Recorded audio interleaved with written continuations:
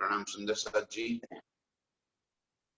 आप अब श्रीराज जी महाराज के धाम के धनी सच्चिदानंद स्वरूप आप श्री प्रणाम जी हमें यहाँ फरमा रहे हैं और इलाज कहीं, जैसे कल समझा दिया था कि वैकुंठ प्राप्त करने के वास्ते ये दुनिया के लोग कई कितने प्रयत्न करते फिर भी प्राप्त नहीं कर पाते। पहाड़ से गिरेंगे, भैरव जंपाएंगे, अगीन पिएंगे, कई प्रकार से देह दमन करेंगे, फिर भी वैकुंठ का सुख भी प्राप्त नहीं करेंगे। मुक्ति प्राप्त करना भी आसान नहीं है। उससे पहले भी धनी जी ने पूरे प्रकरण में एक ही बात समझाया हमें कि यहाँ पे दुनिया के लोग परमात्मा की प्राप्ति के लिए ये संसार के अंदर बताए हुए सारे रास्ते खोज चुके। कोई होम हवन यज्ञ जप तप, कोई माला, कोई कैसे भी करके, जहां से किसी ने बताया कि ऐसा करने से परमात्मा प्राप्त कर लेंगे, तो जो खोजी है, जिनको समझ आई, जिनको पहचान हुई, वो परमात्मा को ढूंढने के वास्ते दुनिया में बताए गए सारे रास्ते अख्तियार करेंगे। कैसे मुझे परमात्मा मिले?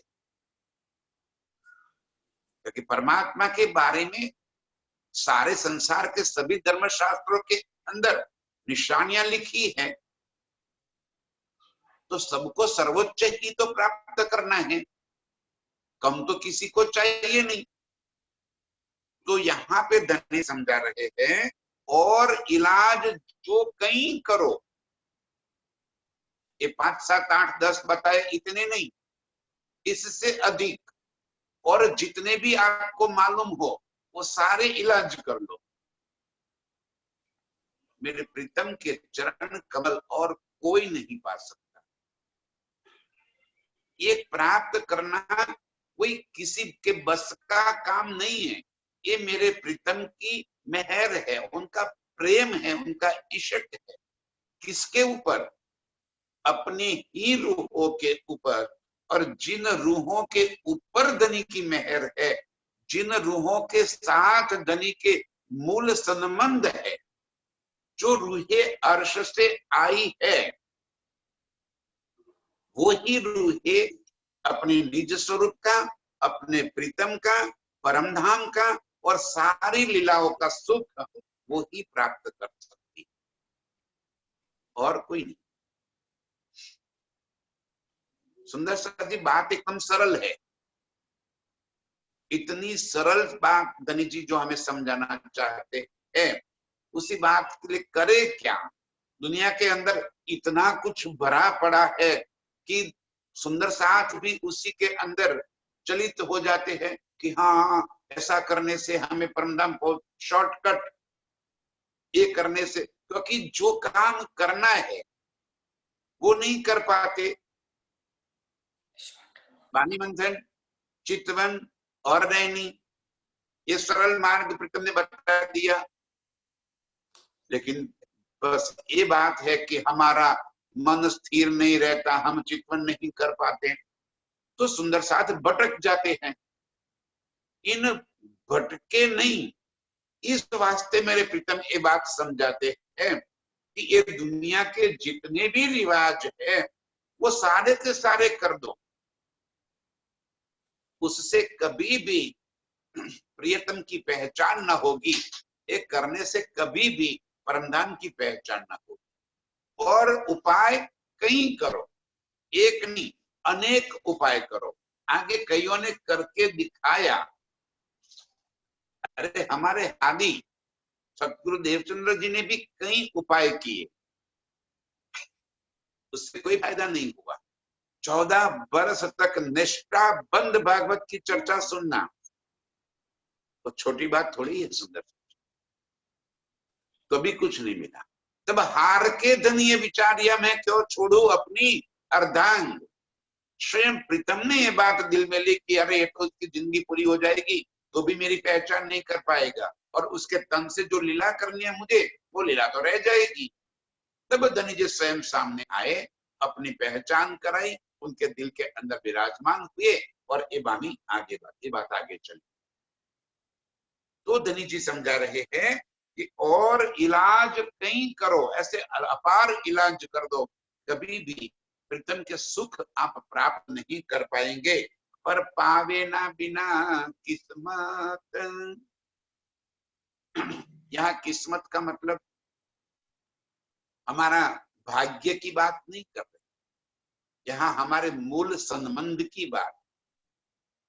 बिना मूल संबंध कोई ये बात समझ नहीं पाएगा। क्यों नहीं समझ पाएगा? तो एक बात समझो, जो रूहें मूल मिलावे में बैठी है और जिनकी सुरता यहाँ पे आई है, वो ही तो वापिस पहुंच पाएंगे। और कैसे समझ पाएंगे? बाकी सबको धनी जी ने क्या कह दिया? खेल कबूतर। खेल कबूतर का मतलब है कि जिनका कोई अस्तित्व ही नहीं है, जिनका कोई वास्तविक स्वरूप ही नहीं है। अब कैसे कहेंगे हम वास्तविक स्वरूप नहीं है, दिखते तो है।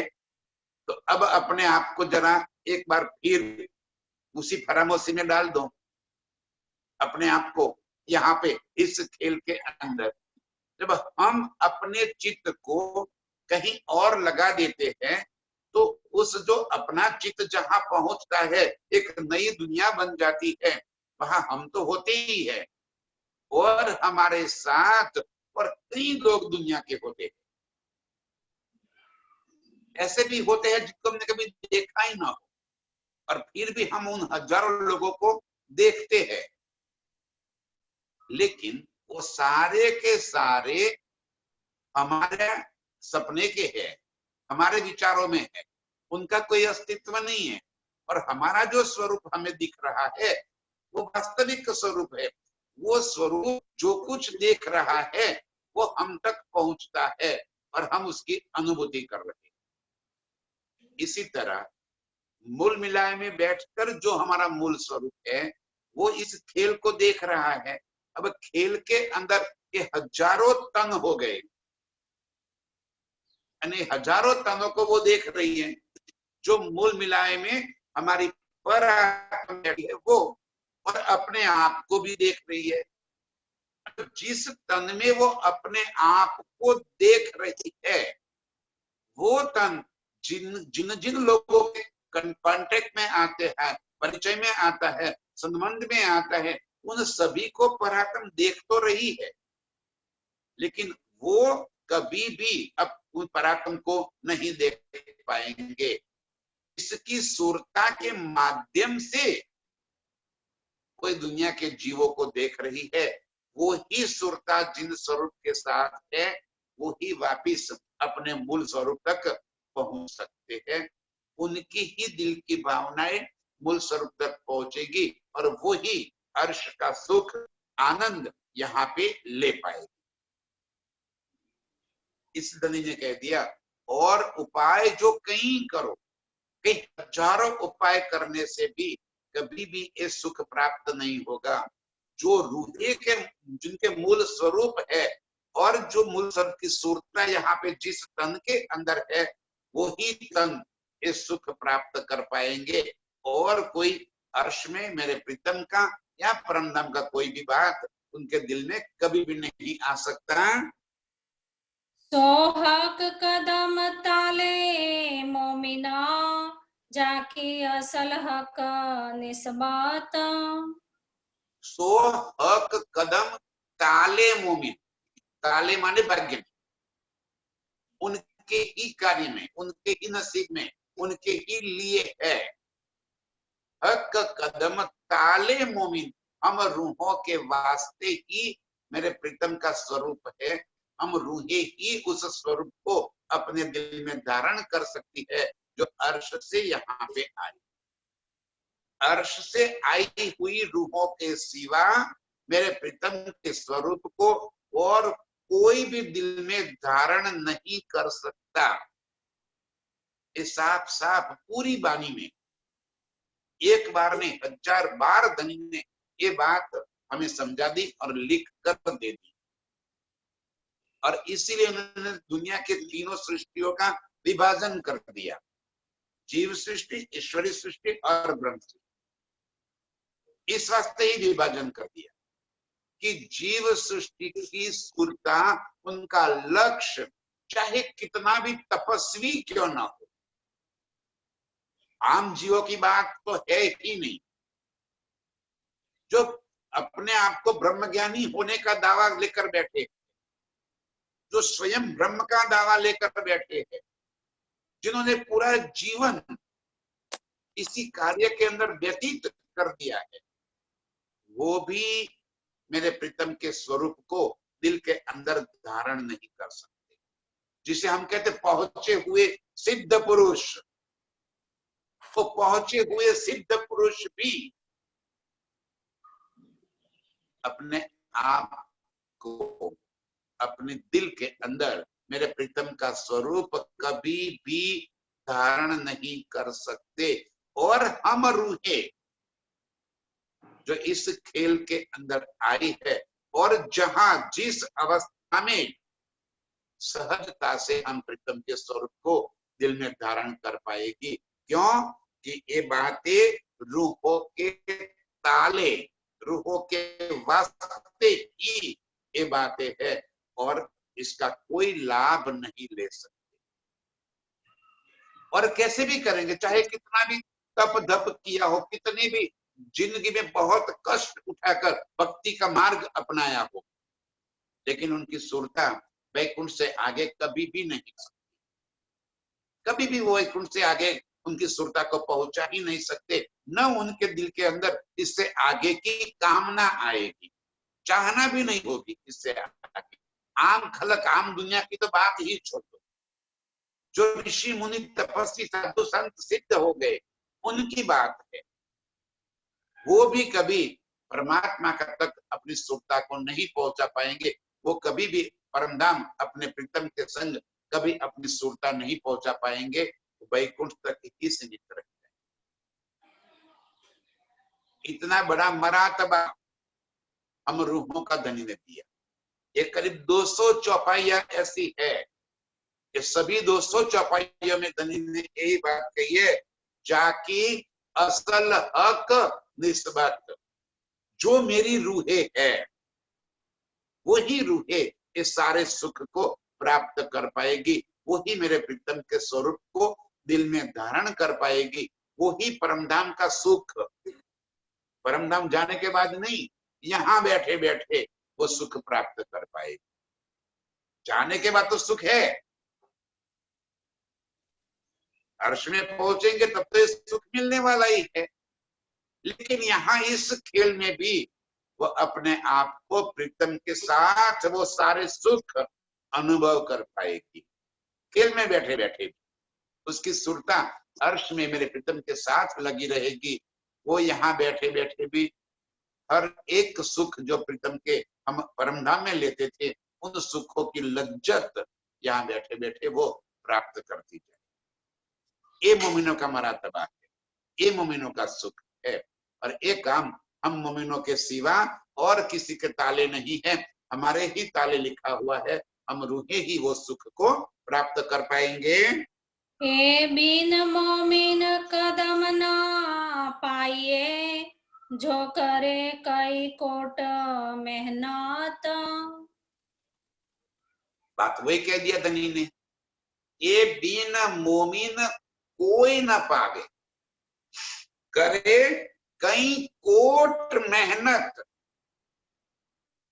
कितनी भी क्या मेहनत न कर ले, कितनी मेहनत मतलब क्या, तप जप या सिद्ध पुरुष बन जाए, पूरा जीवन इस देह को अपार कष्ट देकर, अनंत यातनाएं भुगत कर वो भक्ति के मार्ग पे चले जाए, वो कोई सुख नहीं प्राप्त कर सकता। धनी जी कह रहे बिना मोमिन जिनका मूल स्वरूप परम धाम में है वो ही रूहे, उनको ही मोमिन कहा। दुनिया में मोमिन किसे कहा? जिसने राज्य के स्वरूप को दिल में धारण कर लिया वो मोमिन नहीं, जिसका मूल स्वरूप परम धाम में है और जिनकी सुरता यहाँ पे आकर जो तन धारण कर दिया है वो मोमिन। इसके सिवा कोई नहीं अनुभव पाएगा। इसलिए तो ये सारी बातें धनी जी कह रहे, ये सिर्फ और सिर्फ आप रूहों के वास्ते ये आया। हम रूहों के सिवा और किसी के वास्ते ये सुख है ही नहीं। चाहे कोट करो बंदगी, कितनी बंदगी कर लो, कितनी तपश्चर्या कर दो, कुछ भी नहीं मिलेगा। अब तो ये बात तो दुनिया जो कर रही है वो कहाँ के लिए कर रही है और देखो वो क्या प्राप्त कर रही है। और हम रूहें कैसे अपने घर में बैठे बैठे इस संसार के अंदर बैठे बैठे परमधाम का सुख यहाँ पे बैठे ले रहे। इसलिए कह दिया बिन मोमिन कदम न पावत, और कोई भी हम रूहों के सिवा मेरे प्रीतम के स्वरूप को अपने दिल में नहीं धारण कर सकता और किसी की सुरता अर्श तक पहुंच ही नहीं सकती। जो करे कई कोट मेहनत, चाहे मर्जी हो इतना आजमाइश कर लो, जितनी मर्जी हो इतनी मेहनत कर लो। और मोमिन कौन है? जो उड़ाए देवे 14 तबक, जिनके अंदर संसार की कोई कामनाएं नहीं भरी रहती है, जिनके अंदर संसार की कामनाएं निकल चुकी है, संसार में रहते हुए भी जिसकी सुरता प्रीतम के साथ जुड़ गई है वो मोमिन। मोमिन के सर पे कोई सींग थोड़ी निकलने वाले है कि ये मोमिन है। वो अपनी रहनी परिवर्तित हो जाएगी। वो संसार में रहते हुए हमें लगेगा कि तो हमारे जैसे ही है, हमारे जैसे बातचीत करते हैं, हमारे बीच में ही घूम रहे हैं, हमारे जैसे वस्त्र पहनते हैं।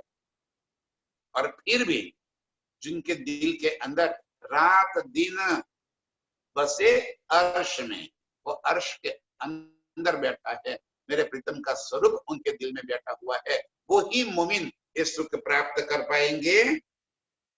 ए मोमिन अर्श जिम के झांकी असल हक निस्बत, ये ही मोमिन है जो अर्श अजीम के परमधाम की जिस तनों की सुरता, जिन रूहों की सुरता यहाँ पे जिस तन के ऊपर आई है वो ही मोमिन है, वही परमधाम की आत्माएं है, वही रूही है, वही निस्बती है। उनके वास्ते ही ये सारा खेल बनाया है, इनके वास्ते ही ये इलम आया है, इनके वास्ते ही मेरे प्राण प्रीतम आए हैं।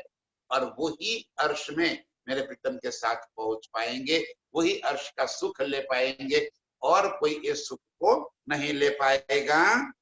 रूहे अर्श की कहे वेद कतेबा, बिन कुंजी क्यों न पायत। हम रूहों के वास्ते ही वेद और कथे दोनों के अंदर ब्रह्म सृष्टि की महिमा का गान हुआ है। वेदों ने भी कह दिया कि ब्रह्म सृष्टि ब्रह्म तदोगत।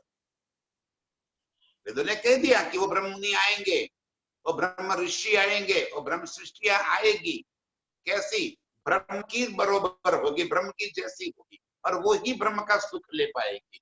उनको संसार की कोई चाहना नहीं होगी, वो संसार के प्रति कभी भी आसक्ति भाव से नहीं देखेगी।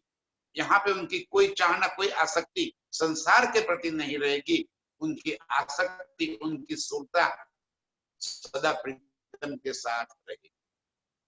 कुरान में भी यही बात लिख लिया, जब खुदा ताला फिर आएंगे तो उनके साथ उनके रूहे मोमिनों को साथ लेकर आएगी। ये वो जमात है जो अर्शे अजीम से आई है। इनके बारे में कहते हैं वेद और कथे दोनों में लिखा हुआ है, बिना कुंजी क्यों न पायत, लेकिन बिना तारतम ज्ञान कोई इस सुख ये बात नहीं समझ पाएगा कि ब्रह्म सृष्टि है कौन। कल मैंने इसलिए एग्जाम्पल दिया था काजी अब्दुल रसूल का। महोबा का जो काजी था, उनको 5 प्रकार की पैदाइश का जब श्री जी ने पूछ दिया तो वो उलझ गया। वो अपने आप को मोमिन नहीं कह सका, जबकि कतेब के कुरान का वो बहुत अच्छा पढ़ने वाला, जानने वाला था। वो कहता है कि कुरान मुझे इतना कंठस्थ है कि मैंने सबको कुरान पढ़ाया है, और मेरे साथ, मेरे पास आकर कुरान पढ़ने वाले आज बड़े बड़े ओहदे पर बैठे। मैं इतना बड़ा कुरान का जानता हूं, फिर भी एक प्रश्न का उत्तर नहीं दे पाया कि जो 5 प्रकार की पैदाइश है उसमें से आप कौन से प्रकार की पैदाइश हो।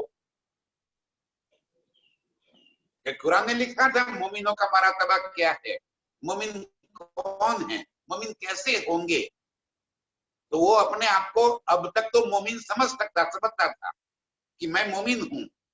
जब अब राज्य के साथ उनका प्रश्न वार्तालाप हो गया, यदि वो इतना कह देता कि मैं मोमिन हूं, तो श्री जी उनको पूछते कि भाई आप अकेले आए हो, अर्श से मोमिन क्या अकेले आने वाले थे कि उनके साथ और भी मोमिन आने वाले थे, उनके साथ स्वयं खुदा ताला भी आने वाले थे। ऐसा कहीं लिखा है क्या कुरान में? तो साफ साफ लिखा है, जब मोमिन आएंगे तो उनके साथ इमाम मेहदी खुद स्वयं खुदा ताला इमाम मेहदी बनकर आएंगे। तो श्री जी यही पूछते कि यदि भाई तुम मोमिन है तो बता इमाम मेहदी कहाँ है। और तो कोई दावा लेकर बैठने वाला नहीं मिला कि जो कहे कि मैं इमाम मेहदी हूँ। और मेरे प्रीतम ने तो छड़े चौक ऐलान कर दिया था कि भी आपके कुरान में लिखे हुए इमाम मेहदी की जो बातें हैं वो मैं स्वयं हूँ, मैं ही खुदा हूँ और मैं ही अर्श अजीम से आया हूँ। आप स्वीकार कर लो, पहचान कर लो, मैं क़यामत का संदेश लेकर आया हूँ, क़यामत की सारी बातें खोलकर बता देता हूँ, ये सारी मेरी निशानियां है। बारीक बातें है सुंदर साथी, लेकिन दुनिया इन बातों को इस वाणी के सिवा कैसे समझ पाएगी। इसीलिए धनी ने कह दिया कि रूहे अर्श की कहे वेद कतेब। दोनों के अंदर, दोनों धर्म ग्रंथों के अंदर बातें लिखी है। कुंभ के मेले में यही बात तो हुई कि सारे धर्म ग्रंथों की बातें धनी ने खोलकर बता दी कि देखो आपके धर्म ग्रंथ के अंदर लिखा है कि वह बुद्ध कल की अवतार आएंगे, और जब आएंगे तो उनके साथ अपनी ब्रह्मात्माएं होंगे। तब उन्होंने भी स्वीकार कर लिया कि हाँ लिखा है और आप ही वो है। इसी तरह कुरान में लिखी हुई बातों को भी धनी ने सिद्ध करके दिया कि जो भी इमाम मेहदी की बातें अपने अंदर लिखी है, जो खुदा ताला फिर आने वाले की बात लिखी है, वही मैं हूं, और मेरे साथ मेरी रूहें आई है, मेरे मोमिन आए हैं। तो ये बातें लिखी तो सभी धर्म ग्रंथों के अंदर है। बिन कुंजी क्यों न पावत, ये इलम का जब तक मिलन नहीं होता तब तक कोई इन बातों को नहीं समझ पाता। इसीलिए कहा वाणी में धनी ने कि अब तक कुंवारी रही फुरकान, कुरान को कुमारी कह दिया क्योंकि उसके भेद खोले ही नहीं, तो पट को खोल ही नहीं पाया।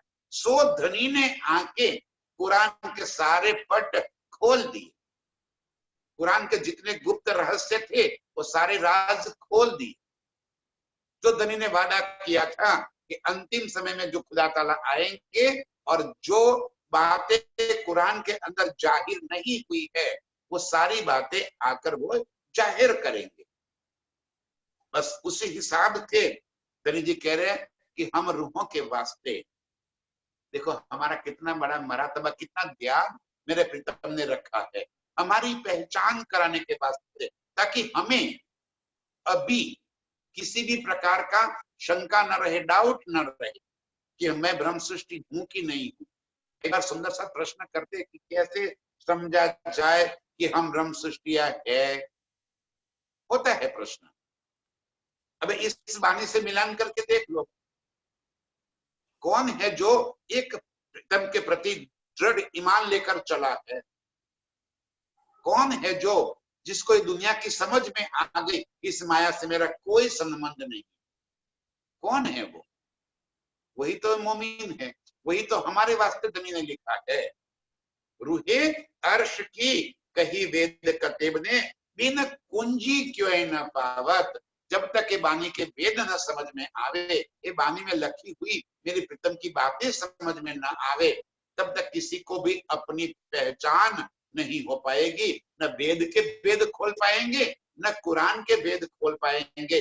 जैसे ही चाबी लग गई, सारे शास्त्रों के वेद खुल जाएंगे और हमें अपनी पहचान निश्चित रूप से हो जाएगी कि मैं ही मोमिन हूँ, मैं ही ब्रह्म सृष्टि हूँ जो अर्श से आई हूँ। सोरुहल्ला बेशक करी जाके असल हक निस्बात। तो रूहल्ला, ये इल्म लेकर आया कौन? देखो सुंदर साथ जी, क्या श्यामा जी के फरामोशी नहीं है? अर्श में जब हम सभी रूहों के ऊपर फरामोशी है, श्यामा जी के ऊपर भी फरामोशी है और अक्षर के ऊपर भी फरामोशी है।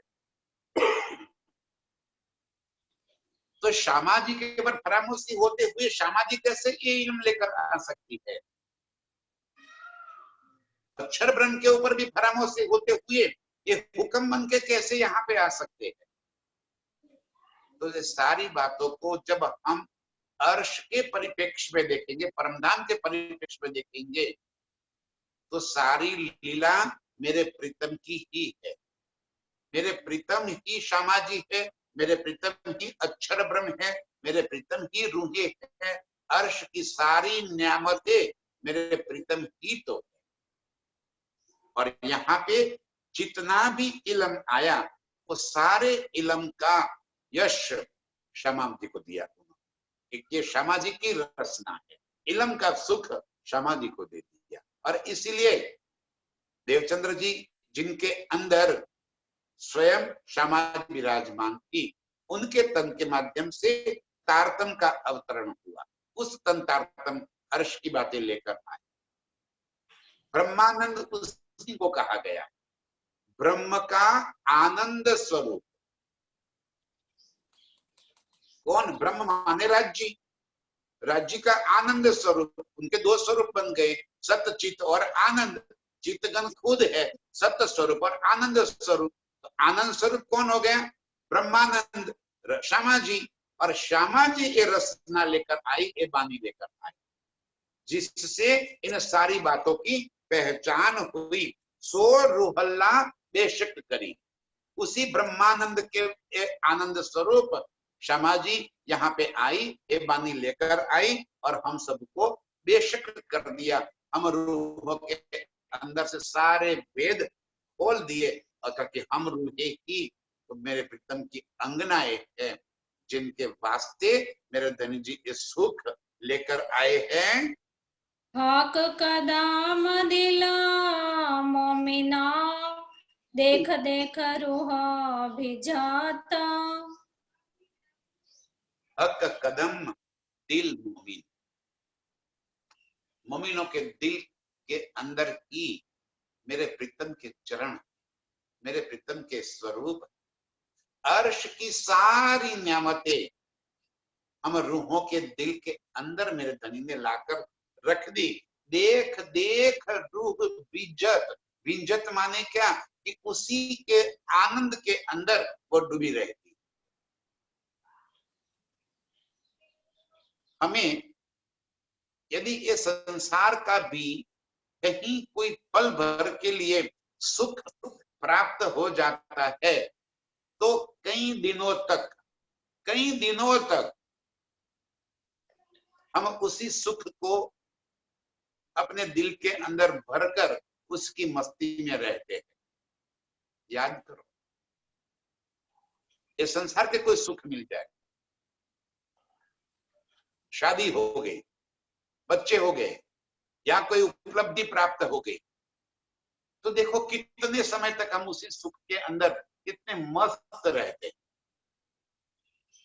अब जब मेरे प्रीतम मेरे दिल के अंदर आ गए परम धाम के सारे सुख मेरे अंदर आ गए, तो जब चाहूं तब वो अर्श के सुखों को, उसी की मस्ती में मैं डूब सकती हूँ, उसी में मस्त रह सकती हूँ। जैसे कि मैं इसीलिए रोज कहता हूं कि जब अर्श के किसी भी एक शब्द का नाम हमारे कानों में गूंजता है, तुरंत ही रूह वो सुख को अपने दिल के अंदर भर लेती है। यहाँ किसी ने खाली इतना सा कह के दिया, जमुना जी, बस नाम सुनते ही हमारी सुरता कहाँ पहुंच जाती है? पाटघाट, पाटघाट के अंदर जाके जमुना जी के जिलनाए अपार जल क्रीड़ाए मस्ती चढ़ाती है। जमुना जी नाम सुनते ही डपी जमुना जी हमें याद आ जाती है, जिसकी छत के ऊपर बैठकर प्रीतम के साथ कितने लाड करते थे।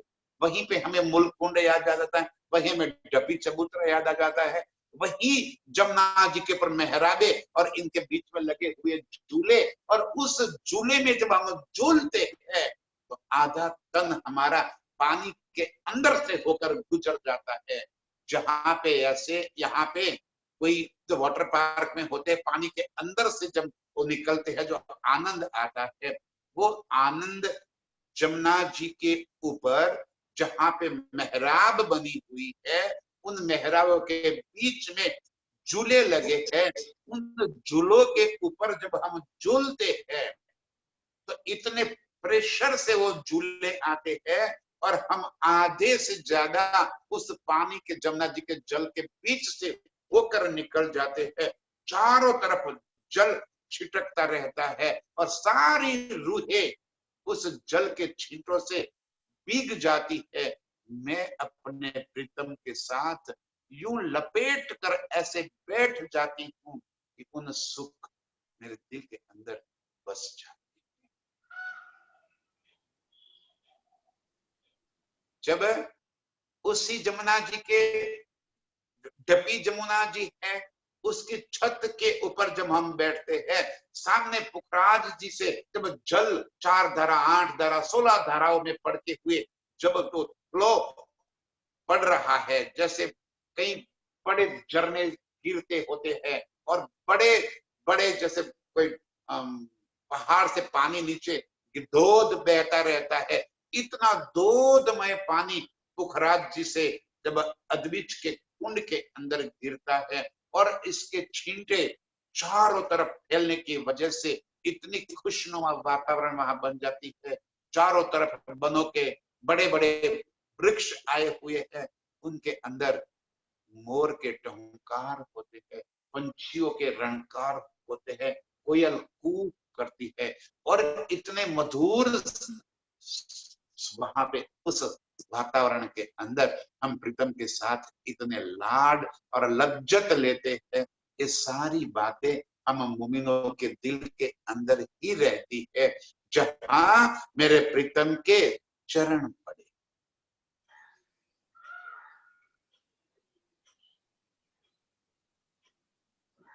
ये आवाज अब भी हमारे अंदर गूंज रही है। जहां मोर बोलते हैं, मोर कलाए करके हमें रिझाते हैं, नृत्य करते हैं, उनके पशु पंछी वहां आके कई प्रकार के गीत गाते हैं, नृत्य करते हैं, रिझाते हैं और हमें उसका अपार आनंद मिल जाता है।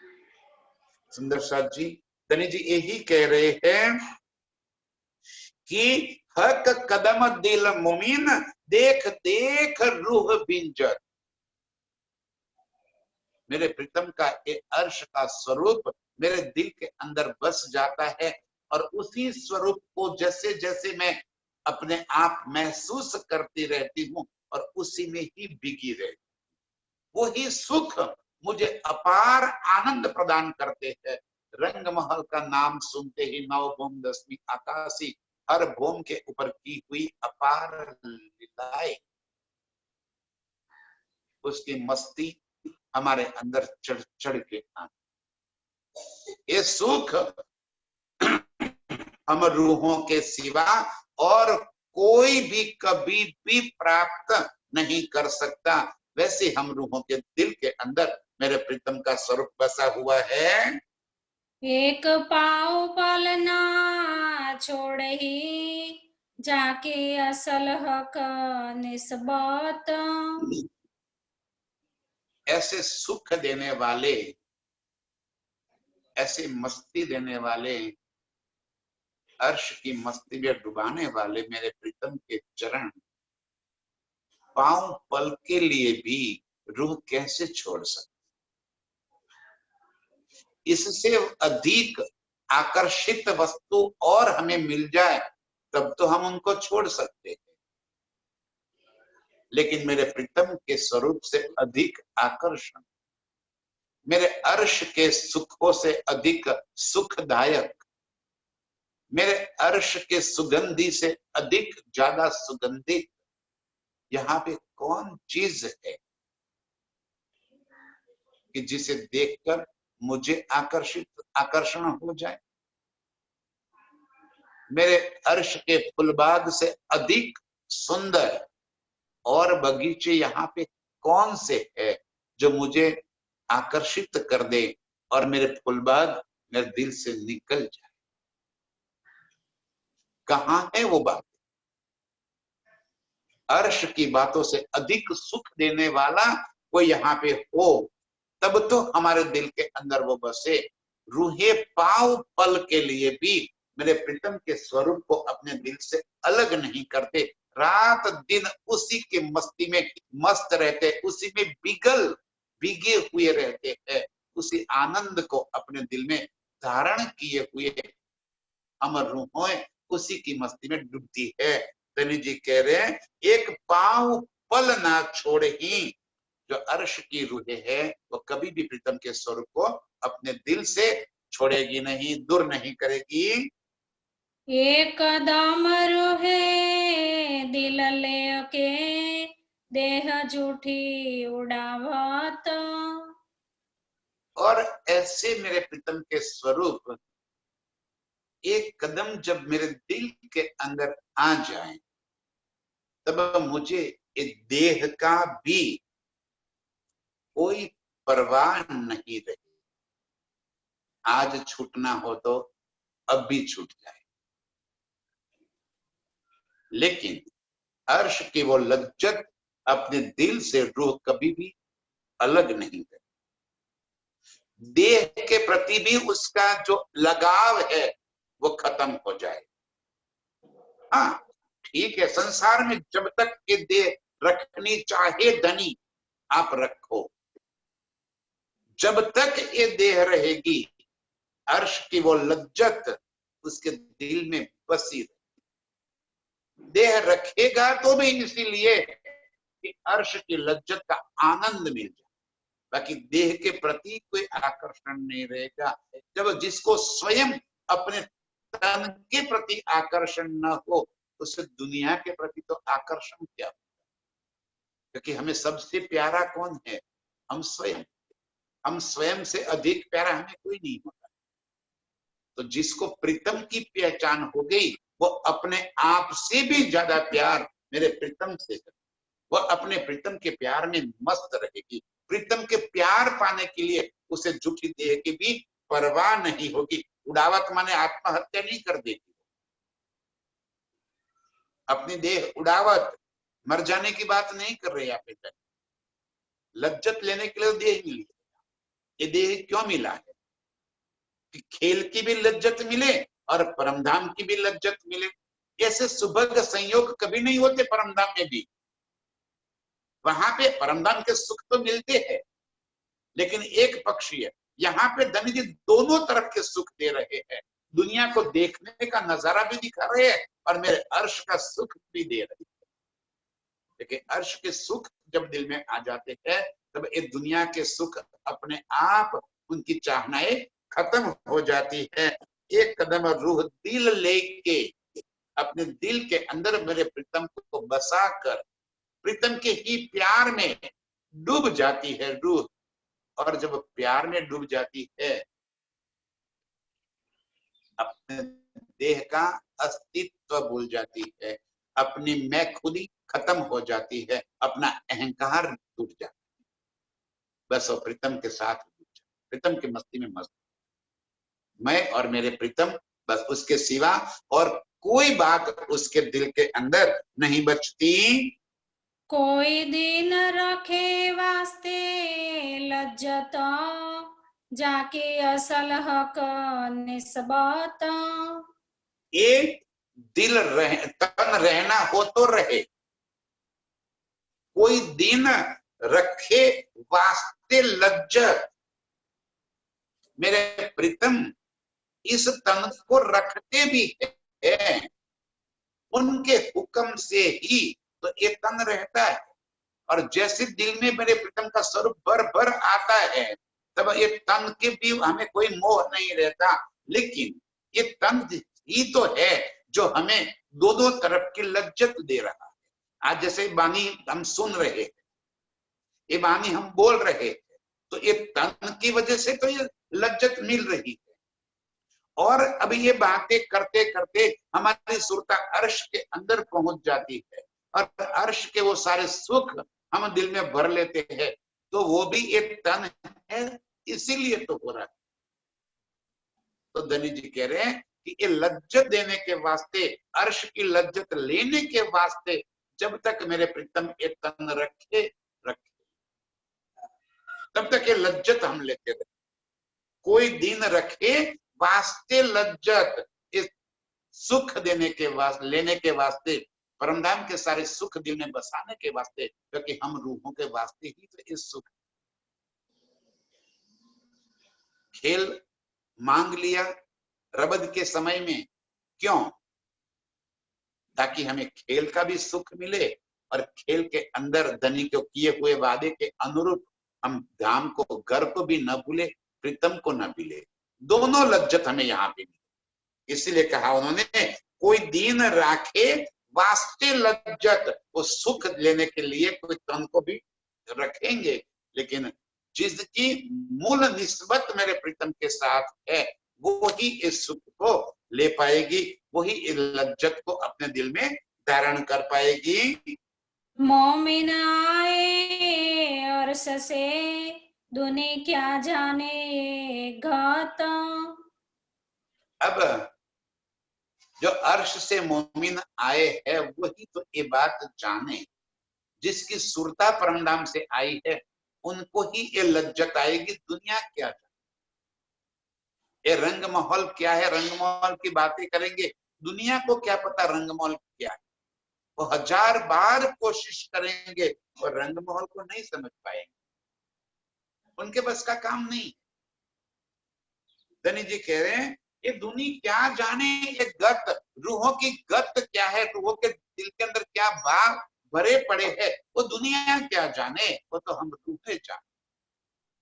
कि हमारे दिल में पल पल मेरे प्रीतम का स्वरूप आता रहता है, पल पल वो अर्श के सुख मेरे दिल के अंदर भर के रहते हैं, प्रति पल मैं अपने आप को परमधाम में महसूस करती हूँ, मेरे प्रीतम के संग वो इश्क और आनंद में डूबी हुई महसूस करती। ये गत दुनिया क्या जाने, वो तो कहा ना, घायल की गत घायल जाने और न जाने कोई।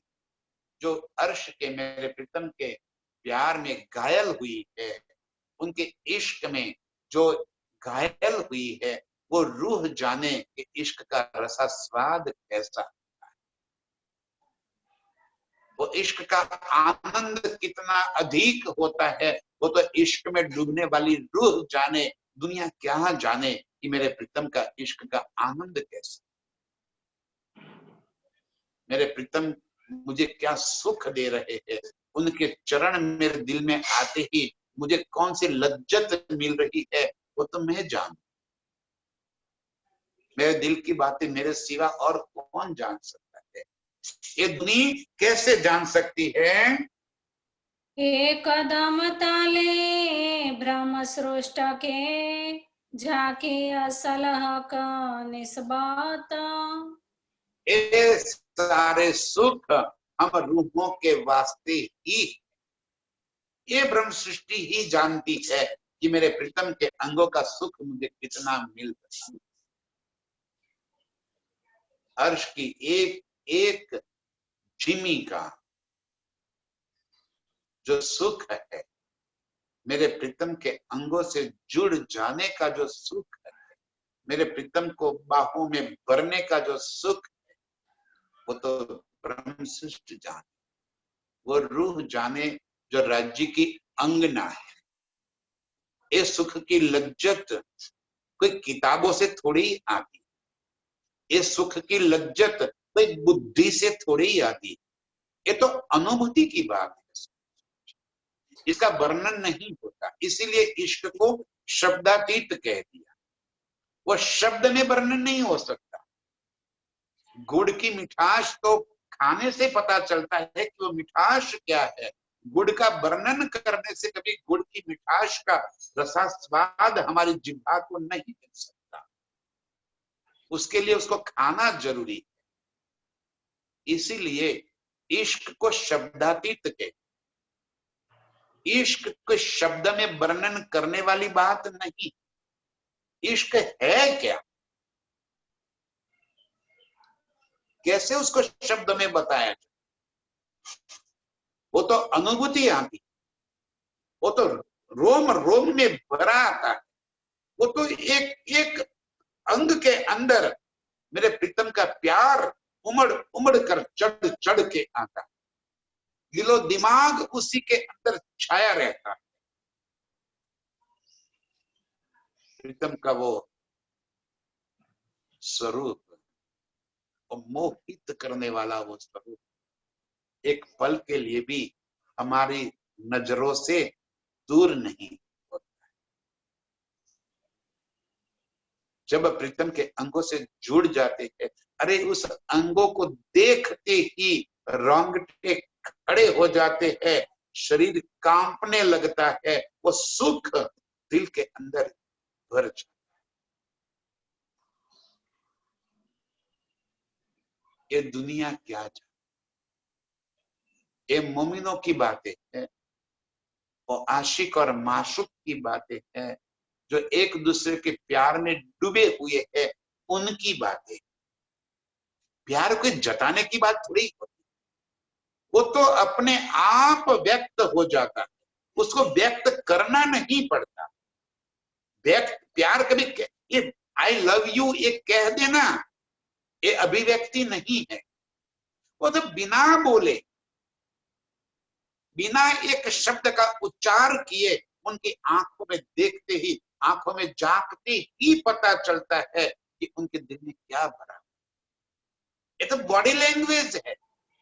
इश्क क्या है, बॉडी लैंग्वेज, अंग अंग से टपकने वाला वो रस है, जो बिना बताए हमें महसूस होता है, बिना कहे हम उसी के अंदर मस्त रहते, डूब जाते हैं। ये इश्क,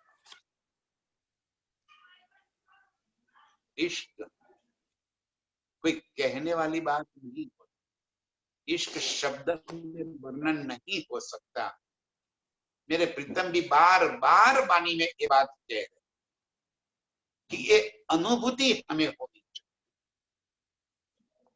इश्क तब होता है जब प्रीतम का स्वरूप हमारे दिल से एक पल के लिए भी दूर नहीं होता, तब हम इश्क में गलित गान होते रहते, तब हम बिगल रहते हैं उस प्यार में। एक कहा जाता है